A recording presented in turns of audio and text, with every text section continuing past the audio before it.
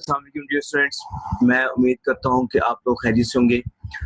हमने रिसेंटली जो topic start किया था ऑडिटिंग के अंदर, वो था इंटरनल ऑडिट का, जिसको हमने इस इंट्रोडक्टरी तौर पे इसको डिस्कस किया। आज हम इंटरनल ऑडिट के अंदर डिस्कस करने जा रहे हैं ऑपरेशनल ऑडिट्स और इसकी क्या अप्रोच होगी। लेकिन before we move on to the operational audit processes, मैं एक दफ़ा से फिर एक आपको थोड़ा सा हम गो थ्रू कर लेते हैं इंटरनल ऑडिट के जो इंट्रो है या उसकी डेफिनेशंस हैं। Internal audit is an appraisal or monitoring activity established by the management and the directors for the review of internal controls as a service to the entity, and it examines, evaluates, and reports to the management and the directors on the adequacy and effectiveness of internal controls. It is a key element of effective corporate governance. सही है। अब जिसमें internal controls की जब हम बात करते हैं, अगेन मैं आप लोगों को रिमाइंड कराना चाहूँगा कि जब भी हम इंटरनल कंट्रोल्स की बात करते हैं या इंटरनल कंट्रोल प्रोसीजर्स की बात करते हैं, it means accounting and internal control system. उस इदारे के अंदर या जो आपका क्लाइंट है जिसका आप ऑडिट करने जा रहे हैं, क्या वहाँ पे अकाउंटिंग पॉलिसी जो हैं वो इन प्लेस हैं, क्या वो अकाउंटिंग पॉलिसी जो है उनको ऑब्जर्व किया जा रहा है, उनको अप्लाई किया जा रहा है। और अगर उन अकाउंटिंग पॉलिसीज को या इंटरनल कंट्रोल प्रोसीजर्स को अगर अप्लाई किया जा रहा है, तो whether these accounting policies and the internal control procedures are applied by the entity for the whole period of audit और on consistent basis. In simple words, internal audit is a part of internal controls that is set by the management, delegating its supervisory functions to the special assigned staff. अब ये जो आपका internal audit department होता है, ये जो होता है आपका एम्प्लॉइज के में से ही इनको सिलेक्ट किया जाता है। सो ये आपका बिल्ट इन होता है। But the people should be special assigned staff, mean कि वो क्वालिफाइड होना चाहिए, उनके पास जो रेलिवेंट स्किल्स होनी चाहिए, रेलिवेंट एजुकेशन होनी चाहिए और रेलिवेंट एक्सपर्टीज के साथ उनको इक्विप होना चाहिए with the objective whether internal controls are in operation, क्या internal controls in operation हैं, and assist them in fulfilling their responsibilities, और उनको अपनी रिस्पॉन्सिबिलिटीज फुलफिल करने में उनकी हेल्प आउट कर रहे हैं। अब उनकी हेल्पफुल रिस्पॉन्सिबिलिटीज क्या होती हैं इंटरनल कंट्रोल प्रोसीजर्स की या इंटरनल ऑडिटर्स की। अब देखिए, मैनेजमेंट की रिस्पॉन्सिबिलिटी क्या होती है, to safeguard the assets of the entity, ठीक है, reliability of the information and records and efficiency of what operations. So अब हम इसको थोड़ा सा मूव करते हैं आगे ऑपरेशनल ऑडिट्स की तरफ। इंटरनल ऑडिट के अंदर ऑपरेशन प्रोसेसेस या ऑपरेशनल ऑडिट की तरफ। Operational audits are the audits of operational processes of the organisation.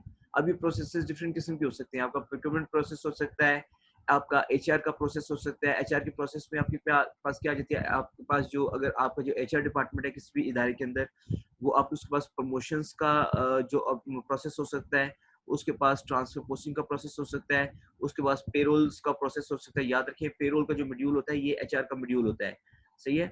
उसके बाद आपको लीगल मैटर्स है तो वो भी एचआर के पास आ जाते हैं, लाइक थिंग्स लाइक दिस। इस तरह आपका प्रोक्योरमेंट प्रोसेस होता है, इस तरह आपका आईटी प्रोसेस होता है। Their prime objective is monitoring of management performance, ensuring companies policies is adhere to. उनका प्राइम ऑब्जेक्टिव क्या होता है कि उनको ये देखना होता है कि कंपनी की जो पॉलिसीज हैं वो एडहेयर कर रही हैं, वो इन प्लेस हैं या नहीं है, ठीक है। आगे एग्जांपल्स हमें गिवन है, प्रोक्योरमेंट प्रोसेसेस हो सकते हैं और आईटी प्रोसेसेस हमारे पास हो सकते हैं। अगर हम इसको मजीद डिस्कस करें तो अगर हम प्रोक्योरमेंट प्रोसेसेस के अंदर बात करें तो हम उसके अंदर देखेंगे कि जब भी प्रोक्योरमेंट पॉलिसीज का क्या वेदर और नॉट एंटिटी के अंदर प्रोक्योरमेंट की पॉलिसीज हैं, आपने कब कब प्रोक्योरमेंट्स करनी है, सही है। और आपका जो फोकस होना चाहिए, that should be on the system of purchases in the purchase department.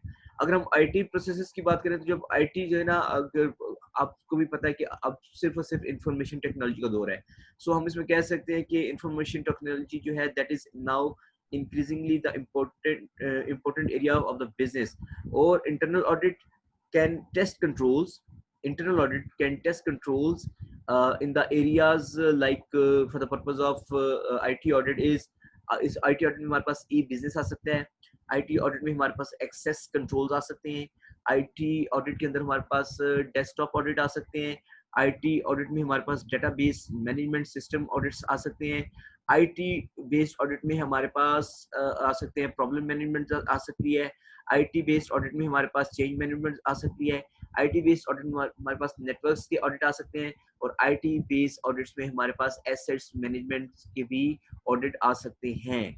So now approaching operational audit assignments, इनको हमने अप्रोच कैसे करना होता है? हमेशा there are always two approaches for an operational assignments. सबसे पहले हमने एज एन इंटरनल ऑडिटर हमने इंश्योर करना होता है कि हमारे इदारे के अंदर जो पॉलिसीज हैं वो प्रॉपर है। अगर हमने फॉर एग्जांपल अकाउंटिंग पॉलिसीज में अगर हमने डेप्रिसिएशन की पॉलिसी में हमने स्ट्रेट लाइन की पॉलिसी को हम देख रहे हैं कि हमारे इदारे ने अप्लाई किया हुआ है, तो हमें उसकी पहले एडिक्वेसी चेक करनी है। हमें ये देखना है कि whether the thing on which the depreciation method straight line is applied, क्या वहाँ पर स्ट्रेट लाइन ही अप्लाई होना चाहिए था या उसके ऊपर डब्ल्यूडीवी या return on venue method apply होना चाहिए था। अगर हमने प्रॉपर्टी प्लांट एंड इक्विपमेंट को हमने कुछ अंदर कुछ चेंजेस किए हैं, क्या वो हमने एज पर स्टैंडर्ड किए हैं? As per standard mean IAS standard जो है that is 16 for the property plant and equipment, क्या हमने उसके मुताबिक चेंजेस किए हैं या नहीं किए हैं?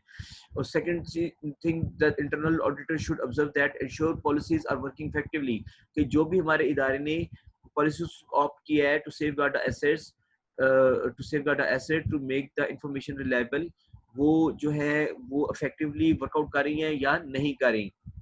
उसके बाद अदर असाइनमेंट जो होती हैं इंटरनल ऑडिट की, वो ये होती हैं कि उनको देखना होता है कि टेस्टिंग करनी होती है कंट्रोल्स को। जब भी हम कंट्रोल्स की बात करते हैं तो इसका मतलब होता है accounting and internal control systems, the audit procedure, the accounting procedures and the internal control procedures.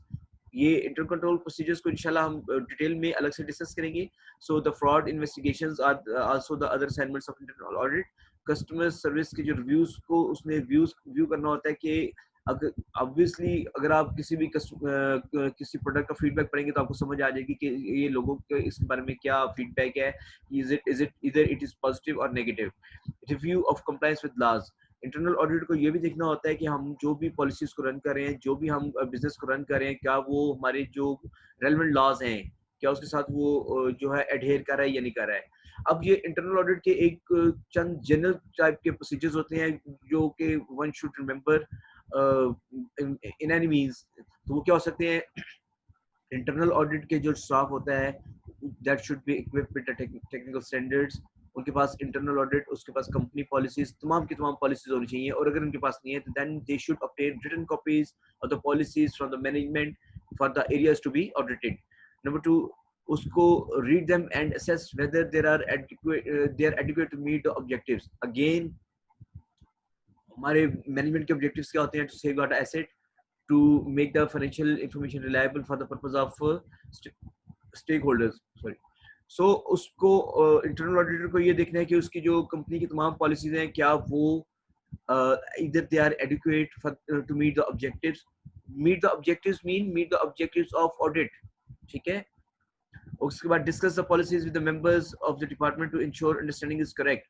अगर मुझे एक डॉक्यूमेंट दे दिया जाएगा, एक अकाउंटिंग पॉलिसी दे दी जाएगी, तो मुझे उसको पढ़ना है। मैं उस पॉलिसी को पढ़ूंगा तो मे बी कि मेरी अंडरस्टैंडिंग उसके साथ डिफरेंट होगी, लेकिन उसको टू मेक इट क्लियर अगर मुझे वहां पे कोई पॉइंट क्लियर नहीं होता तो मुझे उसको मैनेजमेंट से डिस्कस करना पड़ेगा कि मेरी अंडरस्टैंडिंग के मुताबिक यहाँ पे जो अकाउंटिंग पॉलिसी है जो मुझे समझ आ रही है, जो आपने ऑप्ट किया वो स्ट्रेट लाइन मेथड है, क्या ऐसा ही है? क्या आपकी भी अंडरस्टैंडिंग यही है कि या आपकी अंडरस्टैंडिंग के मुताबिक यहाँ पे डब्ल्यूडीवी अप्लाई होना चाहिए था? सो जहाँ पे हमें क्लियरेंस नहीं होगी, हम मैनेजमेंट के साथ बैठ के उसको डिस्कस करेंगे to understand the policies with the members of the department to ensure that our understanding is correct. Okay. Now, what should internal auditor do is to examine the effectiveness of control by observing them in operation and testing them by similar methods to those considered in chapter 19. Okay. अब हमने ये देखना है कि हमने accounting policies तो हमारे पास आ गई हैं, ठीक है, हमारे पास अकाउंटिंग पॉलिसीज अभी आ गई हैं। अब हमने ये देखना है कि ये जो हमारे ऑडिट के प्रोसीजर्स हैं, जो इंटर कंट्रोल प्रोसीजर्स हैं, अब हमने इनको ऑब्जर्व भी करना है। अगर एक प्रोसीजर को रन किया जा रहा है कंपनी के अंदर, हमने उनको क्या करना है? उनको ऑब्जर्व भी करना है। फॉर एग्जांपल अगर एक स्टॉक टेकिंग हो रही है आफ्टर 30 जून या after the conclusion of financial year for most of the companies और banking sector, it is December 31st of every year, जबकि बाकी जो कंपनीज होती हैं मोस्ट ऑफ द टाइम उनकी जो फाइनेंशियल ईयर कंक्लूड होता है वो 30 जून को होता है। तो once your financial year is concluded तो आपकी स्टॉक टेकिंग होती है आपके डिपार्टमेंट के अंदर, आपकी कंपनी के अंदर।